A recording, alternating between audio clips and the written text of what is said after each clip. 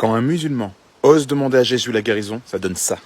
Alors, moi, j'étais musulmane il y a encore 2 mois et demi. Waouh. Et je suis médecin, on m'a annoncé un cancer des ovaires au mois de juin. D'accord. Et pendant 3 semaines, 1 mois, en fait, j'étais très très mal, jusqu'à entendre parler de Jésus. Quoi, j'en avais déjà entendu parler, mais là, j'ai été vraiment touchée sur une vidéo comme ça un soir chez moi.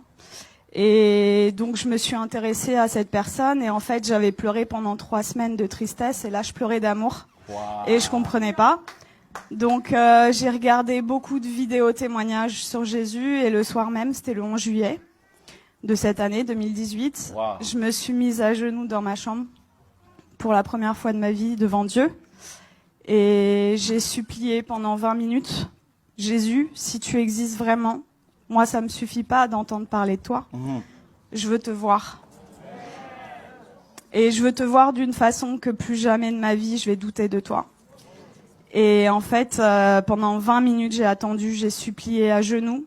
Et il s'est rien passé. Je suis retournée dans mon lit. Et là, j'ai entendu une voix qui me disait « Retourne-toi ». Et j'ai fait ma rebelle. J'ai dit « Mais il y a rien, il y a un mur blanc derrière moi ». Et j'ai entendu une deuxième fois « Retourne-toi ». De façon très forte. Et là, je me suis retournée et en fait, au-dessus de mon lit, j'ai fait plusieurs pas de recul parce qu'il y avait la tête de Jésus, en fait. Wow. Et énorme. Et en fait, dans ses yeux, ses yeux sont pas comme les nôtres, en fait. Il n'y a pas un cercle, quoi. Il y a tous les univers dans ses yeux. Et en fait, il m'a regardé, il m'a transpercé le cœur. Et en fait, là, j'ai eu une urgence intérieure. Wow. Qui pour une musulmane est incompréhensible, c'est-à-dire que c'est pas venu de mon mental, je devais me faire baptiser le plus vite possible. Oh, wow. Donc le lendemain, j'ai cherché partout où me faire baptiser. J'ai regardé des églises sur internet, j'étais devant des églises, j'étais là postée, c'était le 12 juillet et ça parlait pas à mon cœur, je disais non, non, non, les catholiques, les protestants, non, non, non. Et à la fin de la journée, j'ai dit à Jésus, tu m'as donné cette envie-là, donc guide-moi. Et donc, il m'a guidée en fait vers des personnes qui font des baptêmes dans des lacs, des piscines, des trucs. Et donc, j'ai été baptisée le 13 juillet 2018. Et là, j'ai vraiment vu, parce que en fait, je suis médecin psychiatre, addictologue, et je croyais pas trop aux esprits, tout ça. Et là, j'ai vu des esprits sortir de moi, etc. Wow. Donc, j'ai dit...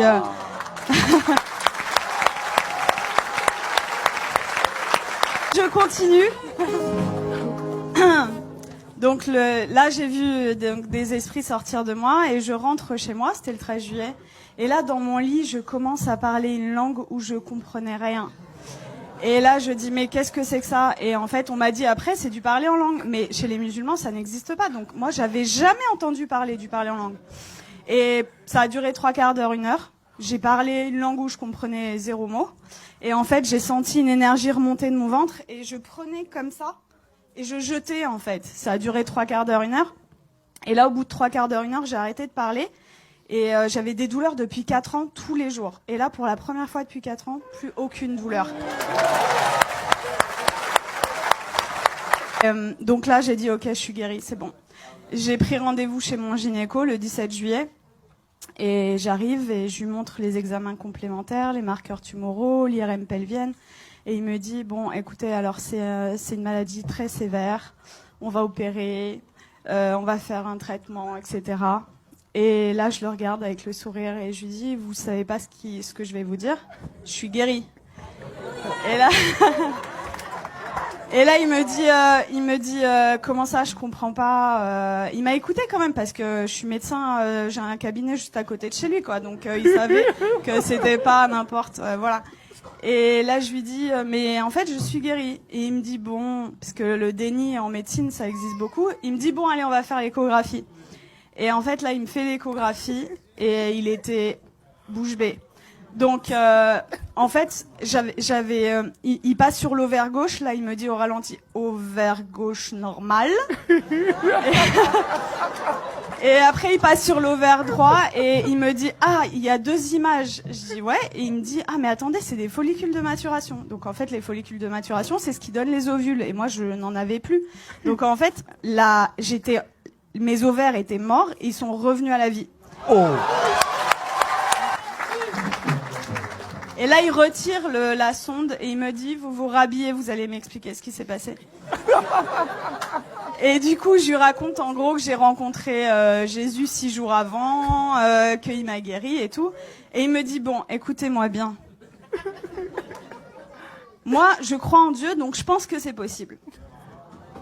Je suis juive, donc je pense que c'est possible. Mais vous êtes médecin, attention, gardez ça pour vous. Et là, je lui ai dit, j'ai rigolé. Je lui ai dit, c'est impossible. Je lui ai dit, je veux que le monde entier sache que Jésus est vivant. Et il m'a dit, bon, ok, et il m'a fait mon compte rendu d'échographie, qui était normal, c'était un plaisir pur, et il me le rend, et là il me dit, est-ce que je peux vous faire la bise, au lieu de me serrer la main? Je dis, bien sûr. Et il me prend le visage et il me dit, que Dieu vous garde. Et en fait, ce que je raconte partout autour de moi, c'est, tout à l'heure le frère disait que vous aviez vécu au Cameroun l'acte des apôtres. En fait, c'est ce que je vis tous les jours, quoi. Et c'est-à-dire que je travaillais que en cabinet, le Seigneur m'a amené à travailler à l'hôpital, aux urgences, et en fait, je vois des cas psychiatriques sévères. Et ma première garde après mon baptême, les infirmiers, le geste qu'ils ont fait le plus dans la nuit, c'était ça. Ils y croyaient pas, en fait. Il y avait que des miracles. Toute la nuit. Ils ont pas compris. En fait, partout où je vais, partout où le Seigneur donc est avec moi, il se passe des miracles. Et c'est ce que je dis, en fait. Moi, ça fait que 2 mois et demi que je suis chrétienne. Et je vois les frères et sœurs, ils osent pas parler de Jésus. Ils ont limite honte de lui. Je dis, mais oh! Moi, je vais au salon de coiffure, il y a des coiffeuses qui sont guéries. Je vais à la boulangerie, J'aime beaucoup cette expression. En fait, je dis que le Seigneur, c'est l'antidote à tout. Et le monde entier a le poison. C'est-à-dire qu'ils connaissent pas Jésus. Moi, j'ai 33 ans, j'ai attendu 33 ans pour qu'on me parle de Jésus. Mais attendez, mais moi, j'aurais voulu que quelqu'un vienne me parler de Jésus. Vienne me dire, mais attends, la solution à tous tes problèmes, ton malheur et tout, c'est Jésus la solution. Mais personne autour de moi. J'avais aucun chrétien autour de moi. Donc, dans ma famille, ils sont tous musulmans et quelques personnes athées. Et en fait, ils comprennent pas du tout ce qui se passe. Mais juste, je voulais vous dire que je vis des miracles tous les jours. Tous les jours, c'est des prodiges de Dieu. Je vais vous raconter juste, il y a quelques jours, ce qui s'est passé, parce que je dois choisir et je peux pas tout vous raconter. Donc, il y a ma famille qui était en Algérie pendant tout l'été. Ils sont rentrés et il y a mon oncle, en fait. Il a de l'arthrose sévère au genou. Et je suis arrivée, j'ai raconté ce qui s'était passé cet été, et ils m'ont dit, ouais, c'est bon, t'arrêtes de nous parler de Jésus. Déjà, ils ont été tolérants, ils ont accepté d'écouter. Et là, je vois, en fait, mon oncle, il boite, il a de l'arthrose. Et là, je lui dis, tonton, est-ce que je peux prier pour toi? Il me dit non. Et ma tante, elle lui dit, bah, pourquoi? Qu'est-ce que t'as à perdre? On va voir si ce qu'elle dit est vrai. Je dis, ok. Et là, le Seigneur m'a donné le verset, vous savez, où il ressuscite une femme et il fait sortir tout le monde, en fait. Donc, en fait, j'ai pris mon oncle, je l'ai sorti du salon, et j'ai prié pour lui, et en fait, je lui dis, t'as mal à combien? Il me dit, à 7 sur 10. Il boitait. Et donc, je prie le Seigneur, et le Seigneur le guérit. Il me dit, mais j'ai plus mal du tout. Et là, il commence à courir dans toute la maison. Quelques jours après, je retourne dans la famille, et là, il me dit, Nermine, tu vas pas me croire, j'ai vu mon ophtalmo. En fait, il voit son ophtalmo 2 fois par an, et pour son glaucome. Donc, le glaucome, c'est une maladie chronique, c'est à vie, c'est comme le diabète. Et il me dit, l'ophtalmo, il a pas compris, j'ai plus de glaucome. Il lui a dit, je peux pas t'arrêter les 2 traitements parce que voilà, mais j'en arrête 1 sur 2. La prochaine fois, s'il y a plus rien, on arrête le 2e, quoi.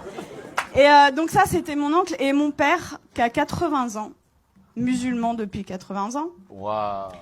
J'ai été le voir, ça faisait très longtemps que j'étais pas allée le voir, au moins 6 mois, 1 an. J'ai été le voir jeudi dernier. Et en fait, je lui ai raconté ce qui m'est arrivé. Il a été guéri. J'ai prié pour lui. Il a été guéri de ses acouphènes, c'est des bourdonnements. Il avait depuis 10 ans plus d'acouphènes. Il avait mal au dos, il pouvait pas sortir sans ceinture. Plus de ceinture. Je l'ai sorti sans ceinture. Il voyait double, il avait une diplopie. Il voyait double quand il mettait pas ses lunettes. Plus de diplopie. Et là, au bout de 2 heures, il me dit, c'est bon, je me donne à lui. Le lendemain, donc c'était vendredi, là.